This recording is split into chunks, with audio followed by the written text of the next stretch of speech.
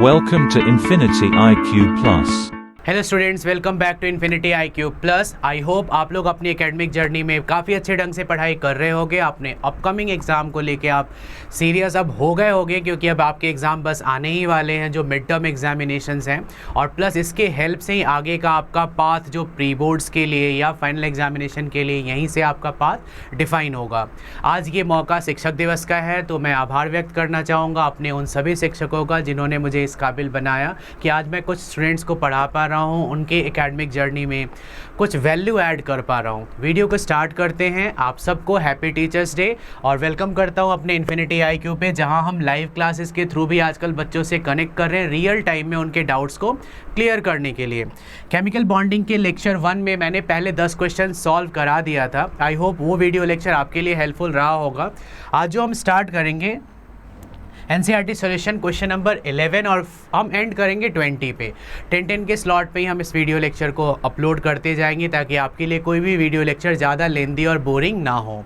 Question number 11 है हमारा, explain the important aspect of resonance. Chemical bonding का जो लेक्चर 1 वीडियो था, यदि आप उसमें देखेंगे तो मैंने लेविस डॉट स्ट्रक्चर के बारे में बताया था और यही एग्जाम्पल लिया था। कार्बोनेट CO3 2 नेगेटिव का हमने लेविस डॉट स्ट्रक्चर जो एंड किया था वो कुछ ऐसा था, C double bond O, 2 oxygen वहाँ सिंगल बॉन्डेड थे, राइट। और जो सिंगल बॉन्डेड ऑक्सीजन थे उन पे फॉर्मल चार्ज क्या आया था, माइनस माइनस, और डबल बॉन्डेड पे 0 था। कार्बन जो सेंट्रल है उस पर भी 0 था। रेजोनेंस इज़ द पॉसिबिलिटी, यदि ये पाई इलेक्ट्रॉन को हम डिलोकेलाइज करते हैं तो कितने प्लेसेस पे डिलोकेलाइज होगा। एक्चुअली किसी मॉलिक्यूल में, आयन में या किसी कंपाउंड में जितने ज़्यादा रेजोनेंस स्ट्रक्चर होंगे वो उतना ज़्यादा स्टेबल होगा। मतलब क्या होता है, डिलोकेलाइजेशन से मॉलिक्यूल या आयन की स्टेबिलिटी बढ़ जाती है। अब इस डबल बॉन्ड को जो हमने ऊपर बनाया, और कहाँ बना सकते हैं, लेफ्ट वाले ऑक्सीजन पे, राइट वाले ऑक्सीजन पे। एक बार आपको डबल बॉन्ड यहाँ ऊपर वाले ऑक्सीजन पे बना दिया, फिर लेफ्ट पे और राइट पे। This is called all possible resonating structure of carbonate. इसकी आप एक रेजोनेंस हाइब्रिड भी बना सकते हो कि कार्बन के साथ 3 ऑक्सीजन को लिखा, और इसका पाई इलेक्ट्रॉन जो सर्कुलेट हो रहा है, जैसे देखो फ़ैन का ब्लेड, 3 ब्लेड जनरली फ़ैन में होते हैं। यदि वो रुका हुआ है तो उसका ब्लेड आपको दिख रहा होगा, आप उसको पकड़ भी सकते हो, लेकिन वो फ़ैन घूमने लग जाए, ये बोलते हैं डिलोकेलाइजेशन। तो क्या आप उसके ब्लेड को पकड़ पाओगे? वो ज़्यादा स्टेबल हो जाएगा। यदि पाई इलेक्ट्रॉन ऐसे घूमने लग जाए डिफरेंट ऑक्सीजन पे, तो इस डिलोकेलाइजेशन के कारण भी मॉलिक्यूल की स्टेबिलिटी बढ़ जाएगी। इसको हम डॉटेड लाइन से शो कर सकते हैं इस रेजोनेंस हाइब्रिड में, और जो ओवरऑल चार्ज है उसे आप सीधा 2 नेगेटिव करके यहाँ पे लिख सकते हो। तो रेजोनेंस स्ट्रक्चर जो 1 2 3 बनाया, रेजोनेंस को आप कैनोनिकल स्ट्रक्चर, कॉन्ट्रीब्यूटिंग स्ट्रक्चर भी बोल सकते हो, जो कि एक्चुअली हाइपोथेटिकल होते हैं। पाई बॉन्ड कहीं भी ऐसे जाके स्टैटिक नहीं होता, रुकता नहीं और लगातार घूमता ही रहेगा, और इस डिलोकेलाइजेशन को ही हम रेजोनेंस स्ट्रक्चर बोलते हैं। तो किसी में 3 बन रहे हैं, किसी में 2 बन रहे हैं, वो डिपेंड करेगा कि वो पाई इलेक्ट्रॉन कितना डिलोकेलाइज हो सकता है, right. In these structures the position of nuclei are same. Central atom same होगा, न्यूक्लियाई की पोजीशन सेम होगी। All 3 forms have almost equal energy. जो डिफरेंट रेजोनेटिंग स्ट्रक्चर बना रहे हैं उनकी एनर्जी भी इक्वल होगी। Same number of paired and unpaired electron, इसको आप अनपेयर्ड लिखो तो ज़्यादा बेटर है। They differ only in their position. देखो जनरली क्या, नंबर ऑफ जो बॉन्ड पेयर, लोन पेयर है वो सेम रहेंगे, बस उसका पोजीशन डिफर कर जाएगा। जो डबल बॉन्डेड ऑक्सीजन है उसके पास 2 लोन पेयर होंगे, जो सिंगल बॉन्डेड है उस पर 3 लोन पेयर होंगे, और कार्बन के तो कोई लोन पेयर है ही नहीं, सिर्फ बॉन्ड पेयर ही हैं। तो लेविस डॉट स्ट्रक्चर के साथ साथ हमें इंटीग्रेटेड प्रैक्टिस रेजोनेंस के भी करना है, कि कई बार लेविस भी आ जाएगा प्लस रेजोनेंस के क्वेश्चंस भी ऐसे मेंशन होंगे पेपर में आपके। नेक्स्ट क्वेश्चन है जो H3PO3 से रिलेटेड है। आप देखो H3PO3 की हम बात कर रहे हैं। H3PO3 called orthophosphorous acid. इसका जनरल एक ट्रिक है कि इस तरीके का कोई भी जैसे एसिड आया, ऑर्थोफॉस्फोरस, ऑर्थोफॉस्फोरिक, H3PO4, H3PO3, तो स्टार्ट कैसे करना है आपको, P डबल बॉन्ड O से, और जितने ऑक्सीजन बच गए वो OH बनाएंगे, और जितने हाइड्रोजन रिमेनिंग है वो डायरेक्टली लिंक्ड होंगे। तो इसमें ये 2 फॉर्म गिवन है, फर्स्ट एंड सेकेंड। हमें बताना है कि कौन करेक्ट कैनोनिकल फॉर्म है। H3PO3 can be represented by structure 1 and 2। इसको दोनों तरीके से रिप्रेजेंट कर सकते हैं, as shown below. Can these two structures be taken as canonical form of the resonance by hybrid representing H3PO3? क्या ये दोनों ही सही है? यदि आप इसका एक्चुअल फॉर्म देखो तो इसमें P के साथ एक O होना चाहिए, P के साथ एक O है, 2 OH हैं, 2 OH हैं और एक H P से डायरेक्टली लिंक्ड है। तो ये फर्स्ट वाला स्ट्रक्चर एग्जैक्टली इसको रेप्लिकेट कर रहा है। बट सेकेंड वाले स्ट्रक्चर में क्या बताया गया है कि P के साथ 3 OH, हालांकि फॉर्मूले वाइज आप देखो तो ये H3PO3 हो जाएगा, बट एक्चुअली ऐसा होता नहीं है। जो ऑक्सो एसिड्स ऑफ फास्फोरस होते हैं उसमें डायरेक्ट ट्रिक, जैसे एक और मैं बता देता हूँ, कैसा सिमिलर क्वेश्चन आपसे पूछा गया कि H3PO4 स्टार्टिंग ट्रिक मैंने क्या बताया, स्टार्ट कहाँ से करना है, P double bond O, right. Phosphorus pentavalent है, जितने ऑक्सीजन बच गए, अब 2 ऑक्सीजन बच गए या 3 बच गए वो काउंट कर लीजिए। यहाँ 2 रिमेनिंग थे, यहाँ 3 और 3 हाइड्रोजन है, तो नंबर ऑफ OH। अब इसमें जितने POH बॉन्ड होते हैं इसकी बेसिसिटी भी होती है, तो ये तरीका होता है ऑक्सो एसिड के स्ट्रक्चर को बनाने के लिए। तो फर्स्ट वाला तो एक्चुअली शो कर रहा है इसका canonical form, but second incorrect है क्योंकि इसमें 3 OH बताया गया और H3PO3 की बेसिसिटी 3 होती भी नहीं है। These cannot be taken as canonical form क्योंकि पोजीशन बिल्कुल सेम नहीं है, थोड़ा चेंज हो गया है कि यहाँ पे H सिंगल बॉन्डेड था और O डबल बॉन्डेड आएगा बाद में, यहाँ OH आ गया, तो इनको कैनोनिकल फॉर्म नहीं बोल सकते। जैसे कार्बोनेट में जो 3 फॉर्म बनाया था एक्चुअली वो कैनोनिकल फॉर्म है, लगभग सिमिलर ही थे, सिर्फ डबल बॉन्ड की पोजीशन चेंज हो रहा था। यहाँ तो H और O एटॉमिक पोजीशन ही चेंज हो गया, तो इनको एज कैनोनिकल आप नहीं ले सकते हो। नेक्स्ट क्वेश्चन है हमारा 13, right the resonance structure of SO3, NO2 और NO3। इन सब की लेविस की प्रैक्टिस आई होप आप सबने कर लिया होगा। रेजोनेंस के लिए हमें कुछ स्पेशल नहीं करना होता, सिर्फ जो डबल बॉन्ड है, मल्टीपल बॉन्ड, बस उसको डिलोकेलाइज करना होता है। किसको आप सिंगल में कन्वर्ट कर दो, यहाँ डबल बना दो, फिर इसे आप सिंगल में कन्वर्ट कर दो, नेक्स्ट वाले को डबल। जब ये सर्कुलेशन चलता रहेगा SO3 में, इसी को हम क्या बोलते हैं, रेजोनेंस स्ट्रक्चर और कैनोनिकल स्ट्रक्चर और कंट्रीब्यूटिंग स्ट्रक्चर। NO2 में ऐसा ही है कि एक डबल बॉन्ड था, यहाँ सिंगल बॉन्ड या कोऑर्डिनेटेड है, इसे आप सिंगल बॉन्ड में कन्वर्ट कर लो, इसे डबल बॉन्ड। इसमें पॉसिबिलिटीज़ क्या हो जाएंगी कि N के साथ ये पार्शियल डबल बॉन्ड कैरेक्टर दोनों ऑक्सीजन की तरफ होगा, और NO3 माइनस में भी सेम है, एक डबल है बाकी सिंगल है, तो आप एक बार इसको डबल बना दो, इसे सिंगल कर दो। फिर इसे हम क्या करेंगे, जो डबल बॉन्डेड है इसमें लोन पेयर आप 2 ही रखोगे, इसे सिंगल बॉन्ड में और किसी एक को डबल बॉन्ड में। तो पाई इलेक्ट्रॉन को सर्कुलेट करना ही रेजोनेंस होता है। पहले आप लेविस डॉट स्ट्रक्चर की प्रैक्टिस कीजिए, उसमें जो पाई इलेक्ट्रॉन है वो कितने अदर एटम पे कैसे सर्कुलेट होगा, इस सर्कुलेशन के थ्रू ही हम रेजोनेंस बनाएंगे। और जिस मॉलिक्यूल या आयन में higher number of resonating structures होंगे वो और भी ज़्यादा स्टेबल होगा। तो आपको Lewis dot structure, formal charge at each atom plus resonance, इन तीनों की प्रैक्टिस साथ साथ करना है। हमारा नेक्स्ट क्वेश्चन है, use Lewis symbol to show electron transfer between the following. बहुत ही सिंपल क्वेश्चन है, जैसे K और S में calcium, oxygen, aluminium, nitrogen. 9th में भी जब आपको पढ़ाया जाता है आयनिक बॉन्ड, तो मेटल इलेक्ट्रॉन लूज करते हैं। कौन से इलेक्ट्रॉन? जो उनके वैलेंस इलेक्ट्रॉन के होंगे, नॉन मेटल गेन करेंगे अपना ऑक्टेट पूरा करने के लिए। तो पोटेशियम में जो आपका इलेक्ट्रॉन है, 2 पोटेशियम है,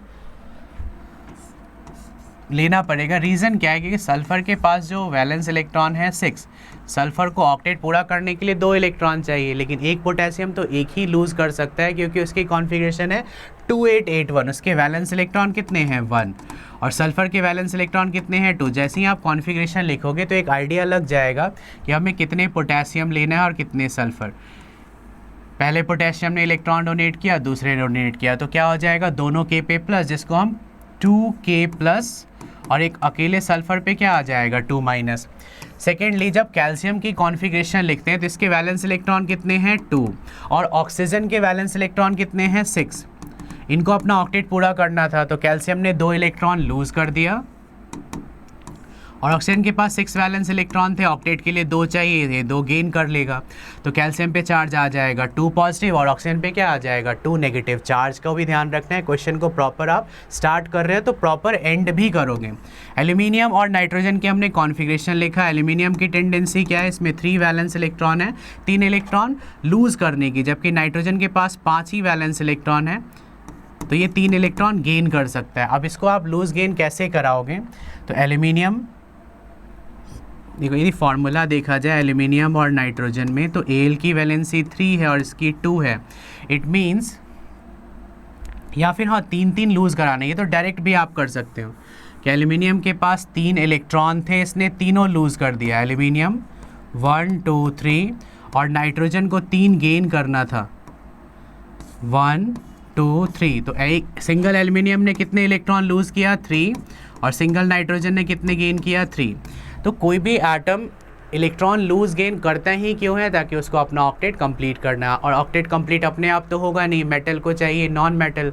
जो भी इलेक्ट्रॉन मेटल लूज करेंगे नॉन मेटल उसे गेन करेंगे, और दोनों का पर्पस टू कंप्लीट ऑक्टेट वो फुलफिल हो जाएगा। तो कॉन्फ़िगरेशन लिखने के बाद आइडिया लग जाता है कि एल्यूमिनियम में 3 इलेक्ट्रॉन लूज करने की टेंडेंसी है, तो नाइट्रोजन में 3 गेन करने की टेंडेंसी है। तो अब ये दोनों एक दूसरे के पास आएंगे, तो एल्यूमिनियम का 3 इलेक्ट्रॉन लूज होगा, उस पर चार्ज क्या आ जाएगा 3 पॉजिटिव, और नाइट्रोजन 3 इलेक्ट्रॉन गेन करेगा, इस पे चार्ज क्या आ जाएगा 3 नेगेटिव। आयनिक बॉन्ड में इस तरीके के क्वेश्चन आते हैं जिसे हम बोलते हैं electronic dot structure. Next question है हमारा क्वेश्चन नंबर 15। इसमें बताया गया कि although both CO2 and H2 are triatomic molecule, 3 atom पर मॉलिक्यूल हैं, एक कार्बन है 2 ऑक्सीजन है 3 हो गए, 2 हाइड्रोजन 1 ऑक्सीजन 3, ये ट्राई एटॉमिक है, बट जो शेप है मॉलिक्यूल H2O की वो है बेंट और CO2 की है लीनियर। ऐसा हुआ क्यों? देखो शेप डाइपोल मोमेंट के बेसिस पे बताना है, तो हमें सेंट्रल एटम का लोन पेयर वगैरह भी चेक करना पड़ेगा। जब हम CO2 का स्ट्रक्चर बनाएंगे, इसमें सेंट्रल एटम पे कोई लोन पेयर होता नहीं है, और ऑक्सीजन की इलेक्ट्रोनेगेटिविटी हाइयर है, इसका डाइपोल मोमेंट भी क्या आ जाएगा 0।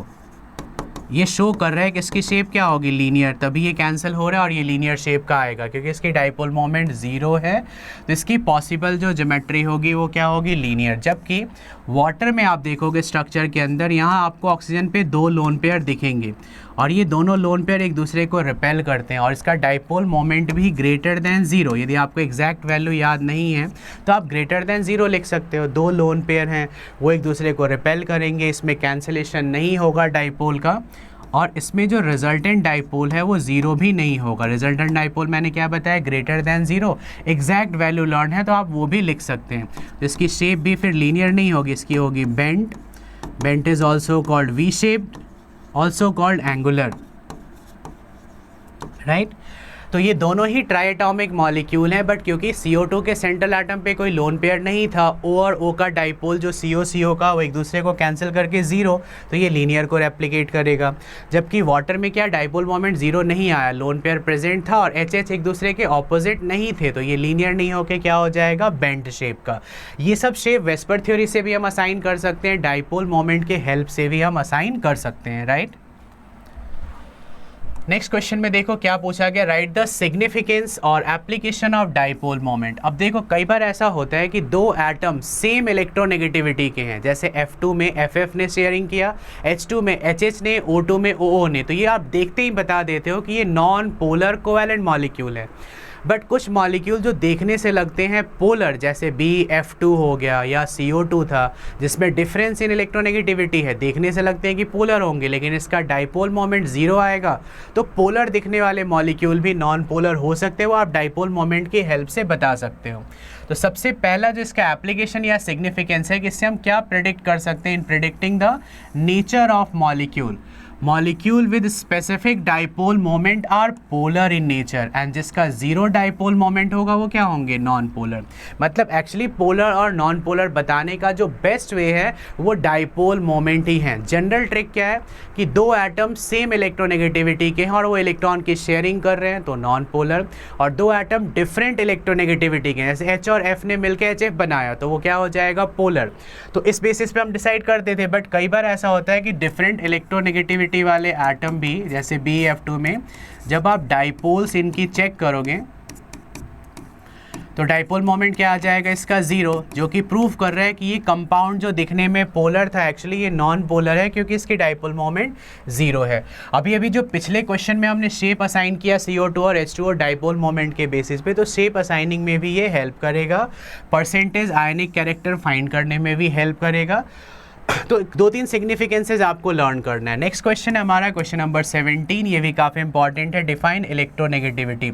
ये सब चैप्टर 3 के लेक्चर्स में भी पढ़ाया गया है कि the tendency of an atom to attract bonded pair of electron towards itself is called electronegativity. और पीरियोडिक टेबल में जो मोस्ट इलेक्ट्रोनेगेटिव एलिमेंट है वो है फ्लोरीन, सेकेंड क्या है ऑक्सीजन।